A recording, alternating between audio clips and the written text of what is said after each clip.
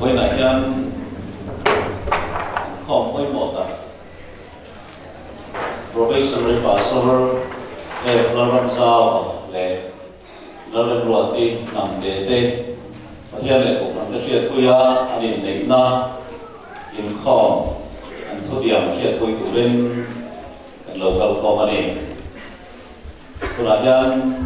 mau ở đầu đô na Inkhawm sống sống tê lo làm một nào đầu tiên cho bảo u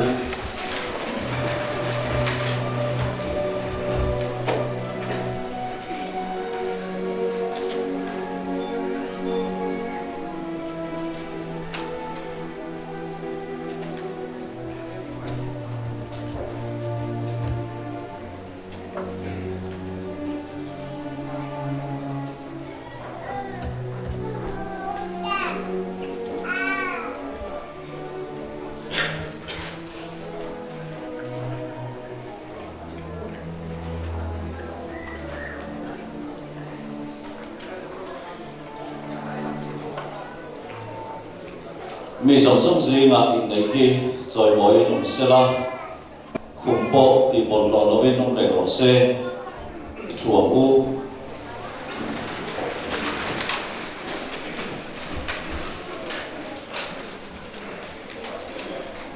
với na Inneih na hiện quy tụ ra local Inkhawm sống sống tê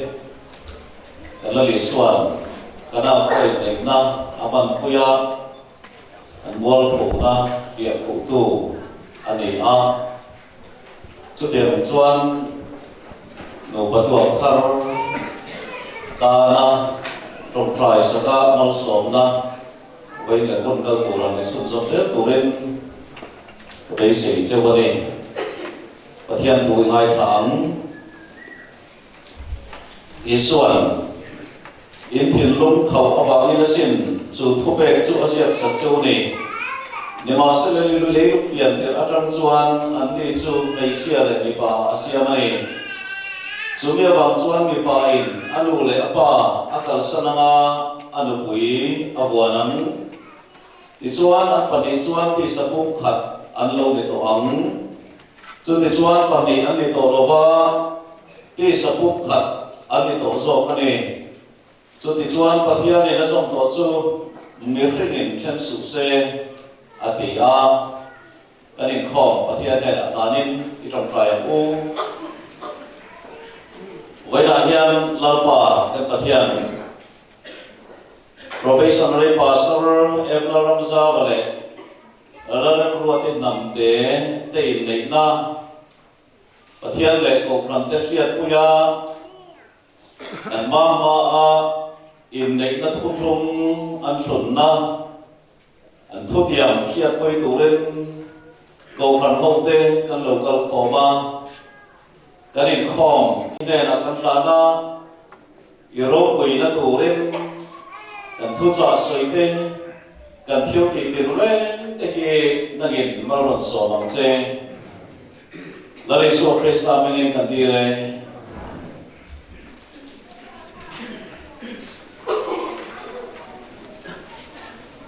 và thiên thu căn xia ta ở trong cái thu trả là soi xuân cho manga Inkhawm các đàn tổ chức lễ khán sẽ ba quần nón anh ai ở vắng dan và thiên thu xia ta cả khan và thiên nên mi sinh nó xia bên mi pa lệ mi xia asi siam sắc dễ lên mi patan mi xia asiama mấy chia chú mi patana asiam ani mi pa le mi pa in ngai zo me mo in ngai na pi ke mo che tu tura siam kan di lova pathian in mi tuan dan ani lova mấy chia le mấy chia om tu ap tuan kan di lova pathian in mi siam chan chu mi pa le mấy chia te an om du nanga nô lệ pa kal sanin chuak kwa an din ang ti he ani với là hiền nô pa ni a ti sapung khat de turin probationary pastor evla ramza wale la ren ruat in nam te ten in nei ka thuan thum sai thei ani te hi a hlu le a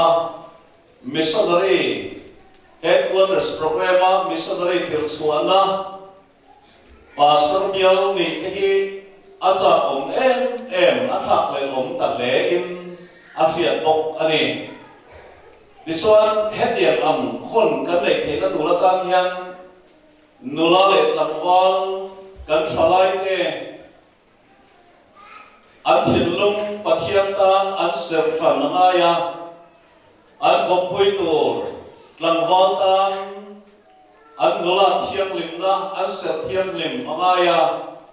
an kopui tur nula tan an tlangwal na an ser thiam lim nga ya an mani patni po in mangayin in ngai na in chen dun du hial po ni sela chu tianga in nei tla tura ko khan ta pui ki nei tla tura an in ser fan an in von thiam lim atula chu tiang zong te kal kal chuan in nei na thiam lim he wa sai ani thina ni voi la hian me pa ni chu ti sapok khata om turin no pali turin in nei na kan wa sai do na hei nei na he me pa ni in kara wa sai mai ni loven chu ko pa ni te in kara in rem na in nei tura in rem na mai te mai ni loven voi le khon kal tura asia atha tin reng in trauma in nei na pakhata ka soi to ni bial so ma hian voi na in nei na mang hian zau te u nau hian zau te su kwa hian remi te su kwa sual perte fellow perte amel chemer khen engkim bai achia atha zong chung te an nei ta a chu tiang bok chuan remi chung te hian zau te a chung te at seber zong kha unawa thisen zong puya chukwa voila hian an siam ta a chung ko pa ni chu chung ko pa khata achia atha in ven pui ton turin in du sak ton turin kan lo in rem ta chu tiang chuan kan in po sai ta ani he in nei na ke pathianin nghiệp tù lên na dua pathianin asam to chu mission intent su se ti hi kan lo li suan asoi non le a chumi athu soi ti fia tu chuan me in anu koi alo chena ni point midang ani tu ra ni lowa midang ani le chuan lo li suan trong kama chuan awai re ani chu ti mok chuan ini chuan kol om kan ti sakya mai chu tiang ani lo awere ani atia mein apasala thena ni point midang ani to tur ani lo chu tiang ani lo chuan awere ni ti hi kan lo li chuan asoi chu me pia lama mosian lekha alo siam zong sok te chu me sen chak lo da wa siam ani a chu tiang pia lama ko khanin in kai suai na alo siam zong som po chu me theng chak lo na awan ani pathian tu da chu no pa kan in siam to ni chuan ega mo har sat na to pa ma ni queen midang lam man hoi to lo nga ti sakum khat an ni to a pathian in azam to wangin in then to turan ni lo ani ti he asoi tum ani ya soi chun zamang em vangin nghe kan in nei em vangin nghe kan thu tira mi pa te in nei turan ni lo wa me chia in nei turan ni lo kan ti in nei na hian tum anaya chu chi tha lo kum turin pathian in min tu a fa nei turin min tu a ti chuan fatam tak nei tu poin pathian in min tu ko kani bani pathum lek nei tu ni lovin khothanga dan zoram sowa nam dam te singa an singa rong bolin kan bial sowa chu nam te chu mizo kan ti lote pastor biala en kolin kum som le bangachung ka oma dichuan Cambodia in ka pia Mizoram le Bangladesh in kar ki bang phui takin hong po ni ila don sang le so pakhat chia puya Mizoram mi pui 10% ni kan nai po em te hi rei lo te 20% an ni tho dom a cham chu Mizo me chia ten fa pan ni pathuman nei Fisel lo atung klat zel in siamangai zel chutian ani chuan nakina chuan chutian hun kan singa nam tam om kan ti te tam zo kan ni hun mo hi kan ma chon the le kan ni ti ke waina yan kan soi non le ange ti chuan pathianen no pa ni tura men tuan yan atum chu fa tam tak nei turin chỉ thà này tụ lên mình đủ chú mi lúc thì đắm lòng chú thì chú chuẩn bát hiền đâu đàn na đi vàng em cái này xuống tụ ra nè cái tiêu đầu tụ ra nè cho tiền tiêu đầu tụ ra tan chuan cần thốt lục na nộp bọc bát này cả là thốt lục na có cần xiêm tụ ra nè phần đắm tận này ri mất khả là tổ kém tì là tổ lục rồi người bảo kia này là chuan chỉ thà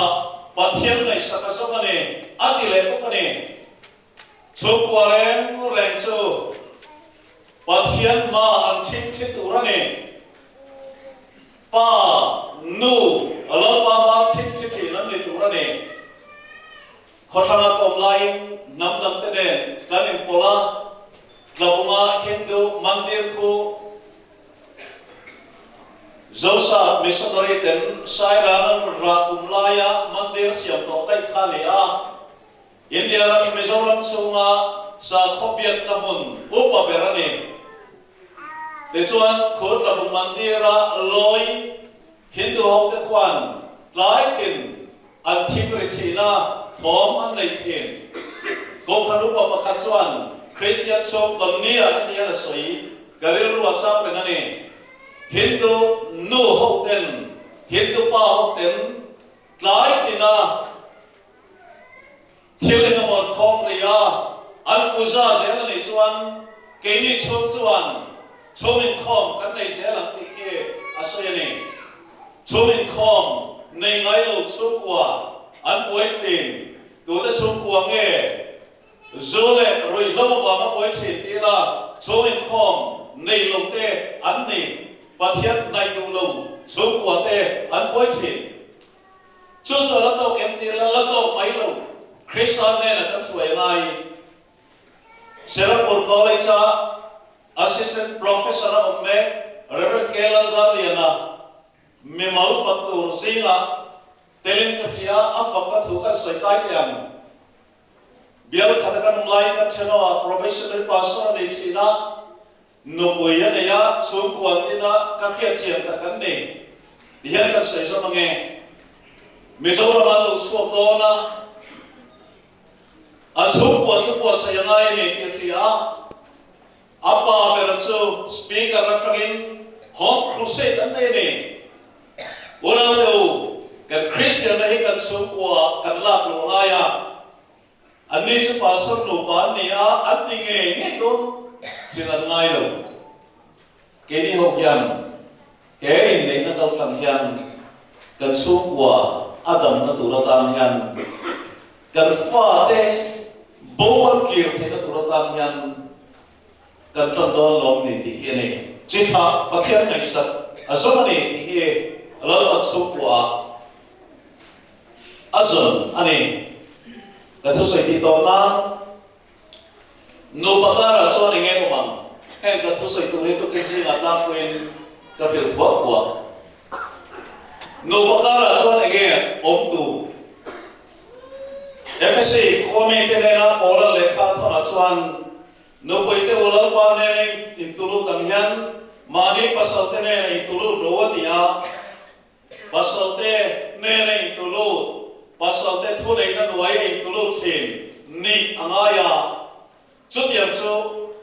ke ma ne a pathianin min du dan ani ten pasal te u in no poite mangai no Christian ko kan ho te amangaya anaya in pe yang te hi asoi talbo mi pa chu anu no poya mangai turani ni le mi pa chu anu poi laka ai tulu tin anu poi mit nei ven anu poi zaum na nu ani anga zaum ta te palzu tin anu poi te chu ati khaparin anu poi te chu ati mol phok thik turani em nilo anu poi chu la ka in tulu tu re na po ta na chút tiền này lâu chuan ai khâu sa hốc tu ra điểm nhiều lắm, ekting nghe,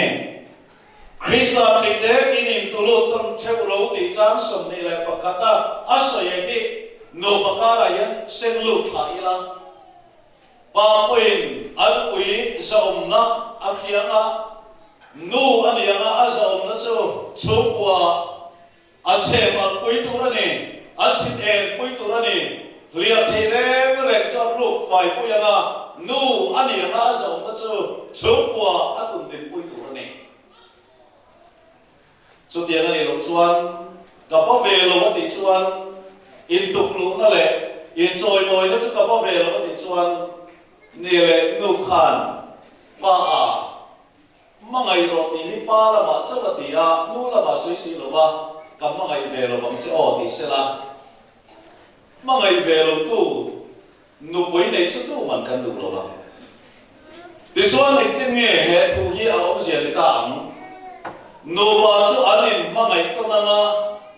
thiếu chia lại thà tiền rê mà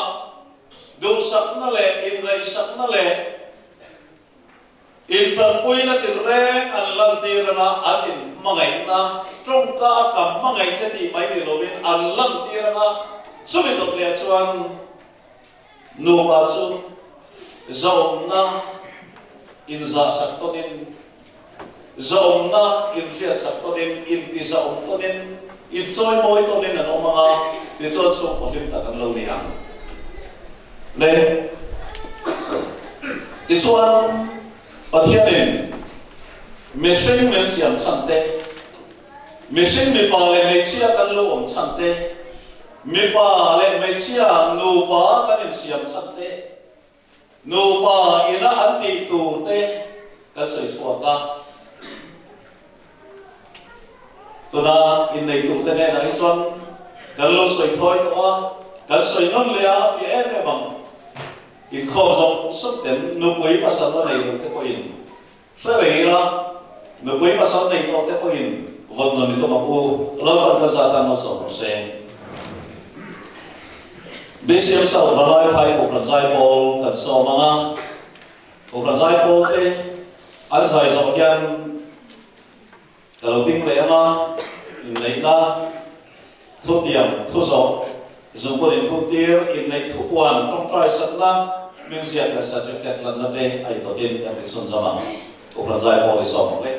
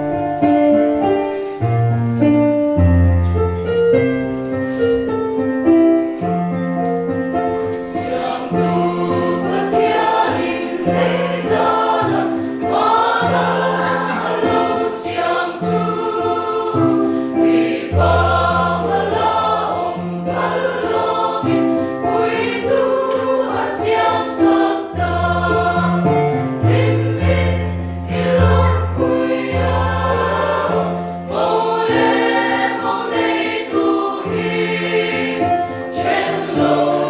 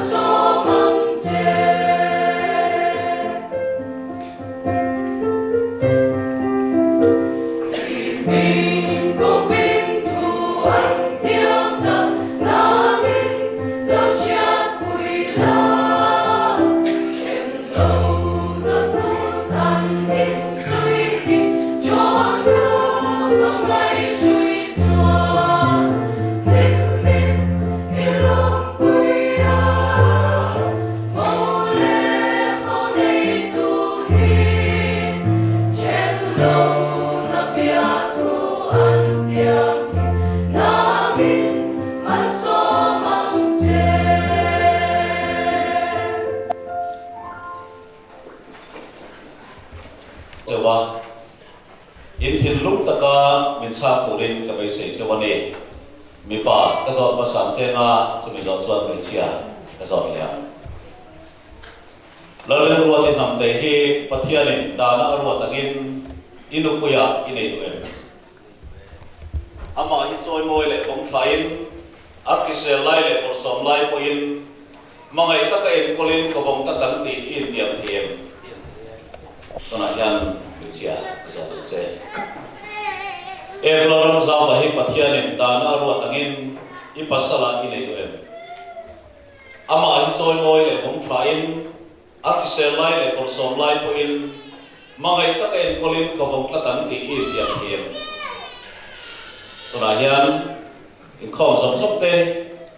ali nei ta thotiam kan siat puya ni ti lan tir nan kan nam mona ni lo ding chawang u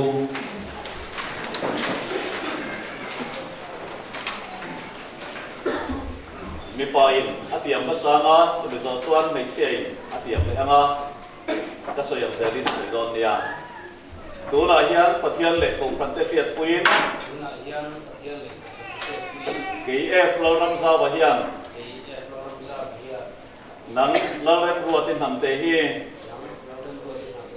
dan puya kanei ta chia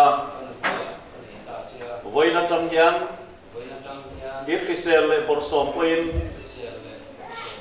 ya house sak le pachiat lai poin mangai taka en kolin ko vom ta tang che khi nai min chen ba lo zong pathian le missing mit buin he thu hi tu na hian ka tiam che tu na hian nei che alo tiam le anga ka se le ri se don nia tu na hian pathian le ko phan te fiat puin ke la rem ruatin ham te hian nang ef la ram sa wa hi ka pasala ka nei ta che a voi na tang hian yep kisel le borsom puin I house sak le pachiat lai poin mangai taka en kolin ka vom ta tang che thi dai min chen ba lo zong pathian le missing mit puin he thu hi tu na hian ka tiam che tu ra hian zumpon anin pun tiranga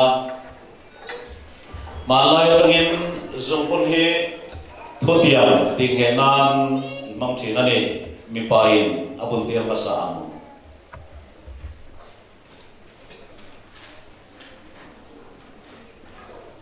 esumpun hi nu pa kan ni ti en tiam nan le kan in nei da thu thung hi a ge tiam nan ka bun ti ra che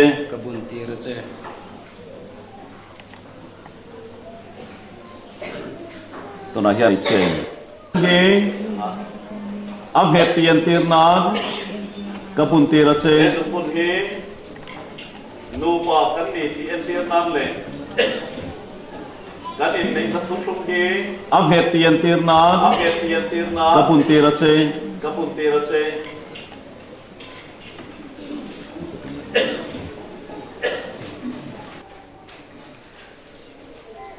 ona te utuna hian Professional Pastor F. Naram Zamale, Naram Ruatin Nam Te Hian, Pathian Le Ko Kham Te Fiat Puin, Inneih na thu an thum ta a, Tora Trang Hian, Ti Sapum Khat Anita Ti Kapuange, Pathianin Asam To Chu, Mirsingin Chen Suk Se, Itong Trai U, Kauna Tu Tate U, Pathian le ko phan ho te mai thutiam he lalpan timetin malsom chewro se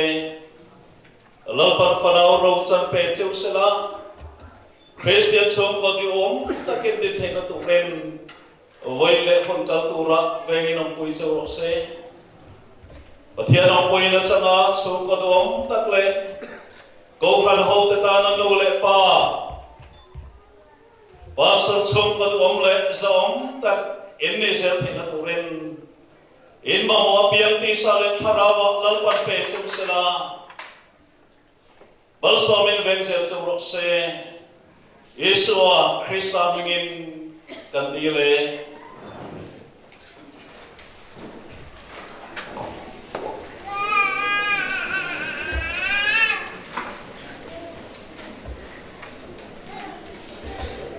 Inkhawm bedang te chula Inneih te le thian te khachu lo la ting chun zom dong nia tula hian Mizoram Baptist Conference Inneih register ming an ziak dona local rule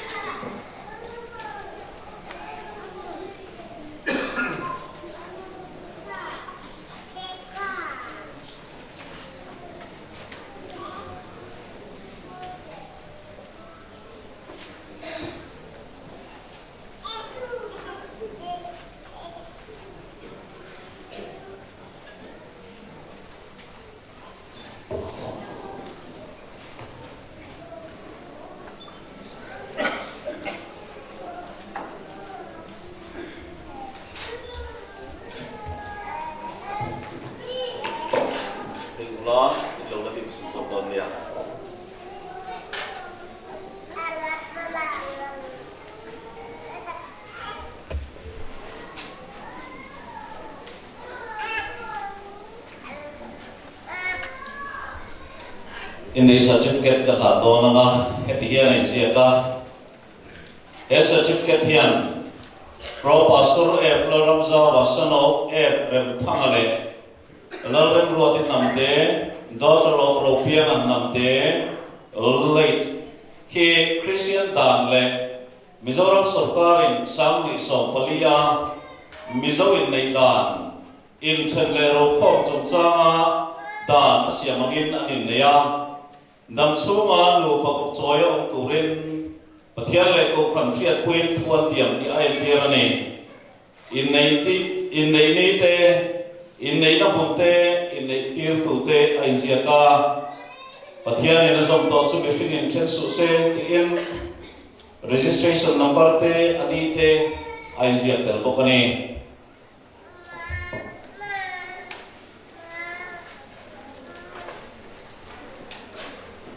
certificate hi nangni Pro Pastor F Laram Zaua le Laram Ruati thamte te pathian le ko phat fiat queen in Inneih ni latianan Mizoram Baptist Conference sau balai phai ayo in la na chu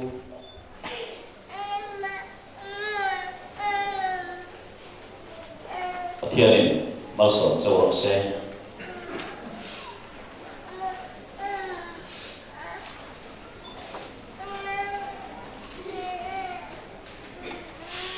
Role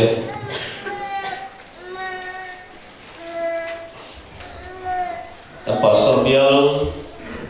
mi poi mo takin nungui anei nia bia zai bolte zai tungren Pastor Bial in abisaya wena hian kan bia zai bolte Pastor Bial zai bol kan din nuwa an zai loi khat na do zai do na tuna hian ilo so ma u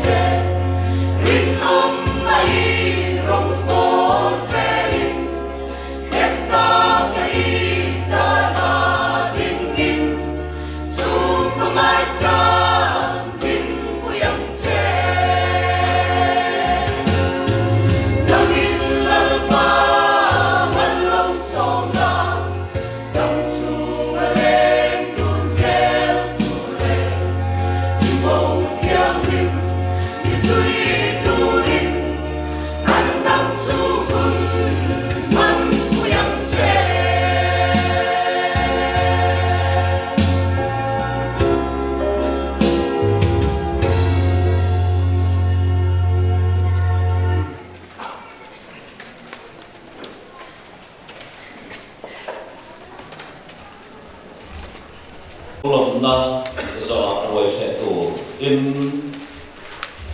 so kan nei thu te ai zia ka ni ma sala tu in voi kan thil khenga wangin ko kan committee in ro na siama helaya kan Inkhawm ba na tha te kan lak so khan helai joint reception program he chu akal reng tho banga ni ma sala Inkhawm a hom tu ma tele khang tel lo tu te khan so hui kan kim tran hal thianga we from thang te lama kan sukanga ti chuan so hui kir tu ren mi jong so Inkhawm jong so kan in so ma ti hian Inkhawm ba kan suk thang hal thei khatian ho ka chu abak chu helai hian program thalak tele thil dan kha om chum jong don ani pathian fakin christian labo number zanga somriat pakhat na kan sa howanga kan la sa zo hian hi phom pui not pial tu pastor ran hs laram nga ka alo Inkhawm ani in pulpit atangin mal so nei kan Inkhawm hi intri nanga mal som na atin nuwa imal som na ro pui ber an chunga an fula